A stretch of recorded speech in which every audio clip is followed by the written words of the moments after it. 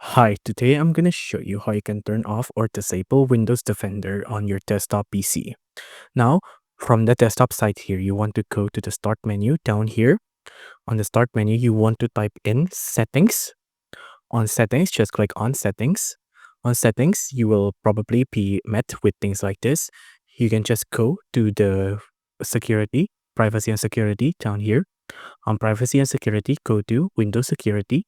On Windows Security, go to Open Windows Security. Now on Windows and Security, you can see right now my Windows Defender is already off.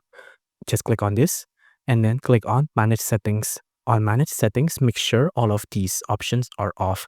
So if for you, it might look like this on, but if you want to turn it off, just click it and then it'll be off. So you can see real-time protection is off.